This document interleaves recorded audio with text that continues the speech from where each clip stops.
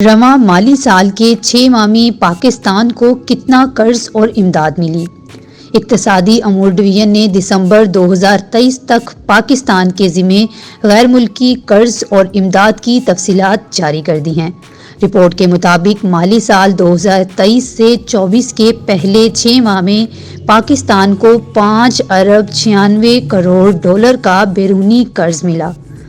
Report के मुताबिक जुलाई से दिसंबर 2023 तक पाकिस्तान को कसीरुल जहती अदारों से 2 अरब 24 करोड़ डॉलर कर्ज मिला, जबकि रवां माली साल के पहले 6 माह में दोस्त ममालिक ने 72 करोड़ 31 लाख डॉलर कर्ज दिया और दोस्त ममालिक की तरफ से 2 अरब डॉलर के टाइम डिपॉजिट हासिल हुए। इक्तसादी अमूर डिवीज़न की रिपोर्ट में कहा गया है कि माली साल के पहले 6 माह में आलमी बैंक ने 1 अरब डॉलर से ज़ायद का कर्ज फ्राहम किया, जबकि एशियाई तरक्याती बैंक ने 59 करोड़ डॉलर और एशियन इंफ्रास्ट्रक्चर इन्वेस्टमेंट बैंक ने 29 करोड़ डॉलर का कर्ज दिया।